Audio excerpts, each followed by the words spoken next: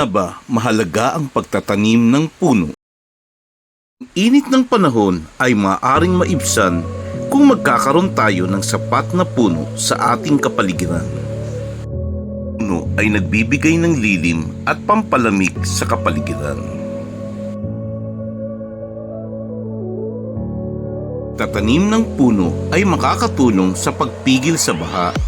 Puno ay tumutulong sa pag-absorb ng tubig mula sa lupa, nagpapabagal sa pagbaha at proteksyon sa mga lugar na mabaha. Mga puno ay mahalaga sa pagpigil ng landslides. Nilang mga ugat ay nagbibigay ng suporta sa lupa, nagbibigay ng kalakasan sa mga bundok at nagbabawas sa posibilidad na pagguho ng lupa. Angat, huwag nang mag-atubiling maging bahagi ng Adopt a Barako Tree Program sa Nayong Kalikasan Farm. Pamamagitan ng ating pagtutulungan, may pagpapatuloy natin na pangalagaan ang ating kalikasan. Ang Adopt a Barako Tree Program ay isang fundraising para makalikom ng sapat na pondo para sa pagbili ng mga barako seedlings.